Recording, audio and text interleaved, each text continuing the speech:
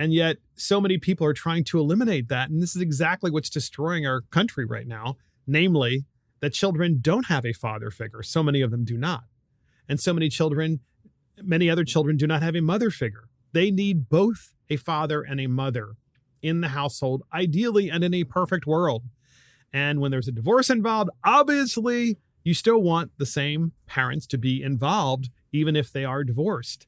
That would be a good thing. So getting rid of husband and wife actually does not strengthen marriages in the state of Maryland, let alone anywhere else where they're trying to do this. It actually makes it a lot harder as far as I'm concerned, and also opens the door, podcast listeners, for there to be a party number 3. Remember, there's a party 1 and a party 2 for husband and wife. Well, soon the same woke Democrats are going to say, well, why can't we have a party 3 too? I mean, we want marriage equality.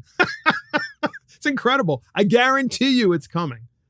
And House Bill 449 in the state of Maryland, not only did it pass, but it is now the law of the state.